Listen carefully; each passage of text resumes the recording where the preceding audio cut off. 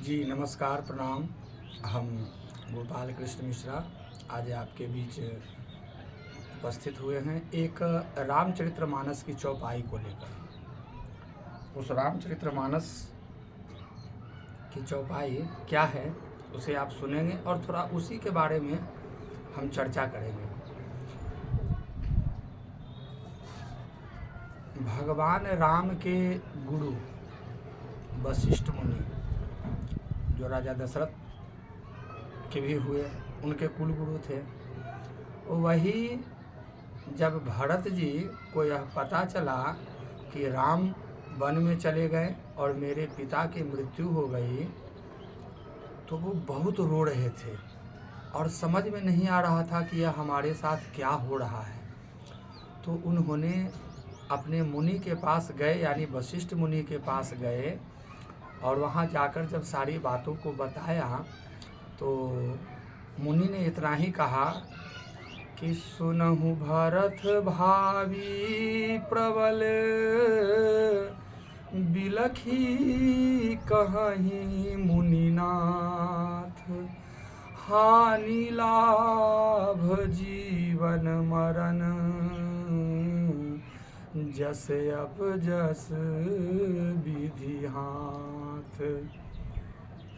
हे भरत, यह विधि जो है प्रबल है, जिसने हानि, लाभ, जस, अपजस, जन्म और मृत्यु, ये 6 चीज़ें जो है विधि के द्वारा निर्धारित किया जाता है। और यह निर्धारित कब होता है? जब बच्चा अपनी माता के गर्भ में रहता है, उसी समय में इन 6 चीज़ों को विधि जो है निर्धारित कर देता है। और इस पृथ्वी पर आने के बाद, इस सृष्टि में आने के बाद, इस मृत्यु लोक में आने के बाद, वो 6 चीज़ें जो पूर्व से तय है वो वही होता है। अगर उसमें मनुष्य चाहे कि हम कुछ परिवर्तन करें या कर सकें, तो उसके लिए बताए गए हैं केवल और केवल कर्म। तभी तो कहते हैं कि कर्म जो होता है तकदीर को बदल देता है, भाग्य को बदल देता है, हाथ की रेखाओं तक को बदल देता है। कर्म में इतने पावर बताए गए हैं बंधुवर। तो सोचिए जरा कि जिस राम को, जिस कृष्ण को भगवान मान करके हम सब पूजते हैं, सारा संसार पूजा करता है, उनकी आराधना करता है, लेकिन राम को भी वनवास हुआ, सीता हरण हुआ, उनके पिता की मृत्यु हुई, क्या वो रोक पाए? वन में इतने तरह के दुख तकलीफ भी सहे, क्या वो रोक पाए? नहीं रोक पाए। प्रियजन नहीं रोक पाए। कृष्ण, श्री कृष्ण के बारे में बताया गया कि 125 वर्ष होने के बाद एक दिन की बात है कि वह वही एक पीपल के पेड़ के नीचे बैठकर बांसुरी को बजा रहे थे। उसी समय में उनके पैर का जो ये तलवा जो होता है, ये जो होता है, ये लाल नजर आ रहा था। तो एक शिकारी उसी समय में शिकार करने के लिए वहाँ जाता है, और जो लाल नजर आता है ना, कृष्ण नजर नहीं आए, वो उनके पैर का तलवा केवल नजर आया लाल।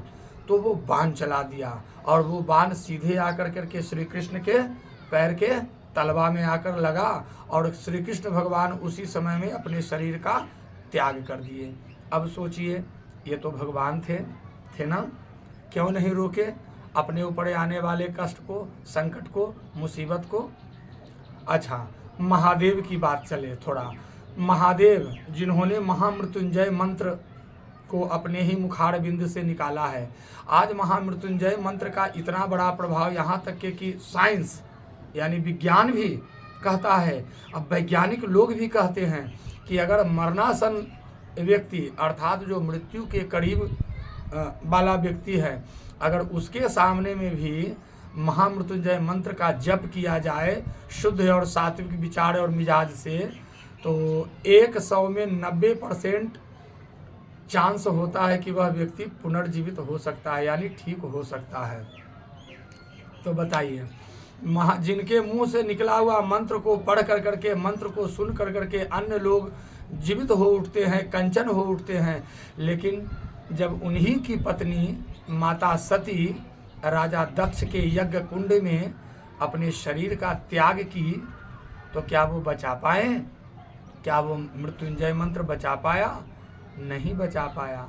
तो बंधुवर, इस चौपाई के माध्यम से हम आप तक के यही संदेश देना चाहते हैं, यही कहना चाहते हैं कि जो विधि का विधान है वो होकर रहेगा, इसमें कोई लेकिन किंतु परंतु नहीं, और न कोई इसे टालने वाला है और न कोई इसे रोकने वाला है। तो बात यहाँ ये आती है कि तो जब विधि का विधान जो है, जो सब बदा हुआ है, पहले से लिखा हुआ है, तो वही होगा, तो फिर हम लोग क्यों इधर उधर करें? तो कहना यह है बंधुवर कि परमात्मा ने आपको इस पृथ्वी पर भेजा है कर्म करने के लिए। यह हमारा संसार जो है कर्म प्रधान है, इसीलिए तो कहा गया है कर्म प्रधान विश्व करी राखा, अजो जस करही तस फल चाखा। कर्म तो करना ही है। हाथ पैर मोड़ कर करके अगर आप बैठ जाएंगे और आपके किस्मत में विधाता ने लिख दिया कि तुम बहुत बड़े अमीर बनोगे, और आप हाथ पैर मोड़ के बैठे हुए रहते हो, तो क्या कभी अमीर आप बन सकते हो? नहीं बन सकते हो। तो उसके लिए कर्म करना होगा। और आज के इस जमाने में ऐसे, ये तो कर्म जो है, कर्म का सिद्धांत आदि काल से, जब से सृष्टि की शुरुआत हुई तभी से कर्म का सिद्धांत चल रहा है बंधुवर। लेकिन परंतु पहले के कर्म में मनुष्य के द्वारा किया गया कर्म और अभी के समय में मनुष्य के द्वारा किया गया कर्म में आसमान और जमीन, ये दोनों का अंतर है। क्या अंतर है? पहले लोगों के विचार सात्विक होते थे, भोजन सात्विक होता था, इसीलिए उनके कर्म भी सात्विक होते थे, यानी अच्छे होते थे। आज लोगों का विचार बदल गया है, गंदी सोच रखते हैं, गंदे चीज़ों को देखते हैं और वही मन पर हावी होता है। भोजन भी, आहार जो रहा अब शुद्ध नहीं रहा। 100 में 99% लोग तो मांसाहार भक्षण करने वाले हैं और कर रहे हैं, और बड़े चाव से कर रहे हैं। तो अब बताइए कि खाइएगा मुर्दा, खाइएगा लहास, खाइएगा लाश, और मन में विचार कीजिएगा कि हम आगे बढ़ेंगे, ये करेंगे, वो करेंगे, ये होगा, वो होगा। कुछ नहीं होने वाला है, क्योंकि मैंने अपनी पिछली वीडियो में बताया है, आहार का आपके पूरे जीवन पर प्रभावित करता है, प्रभाव पड़ता है।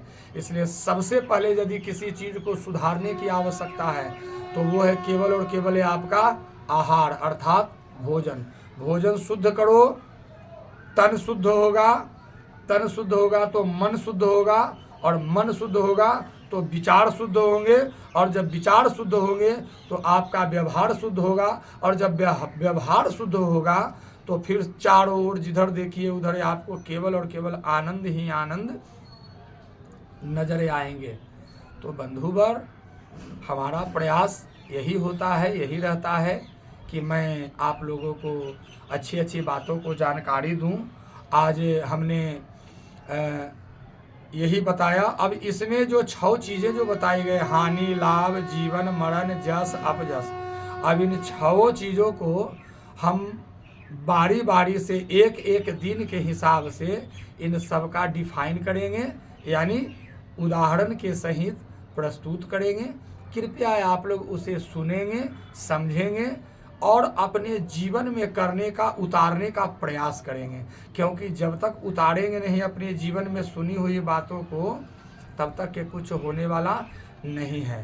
तो बस अब आज के लिए हम इतना ही कहेंगे, और जय श्रीमन नारायण, जय शनिदेव, जय बजरंगबली।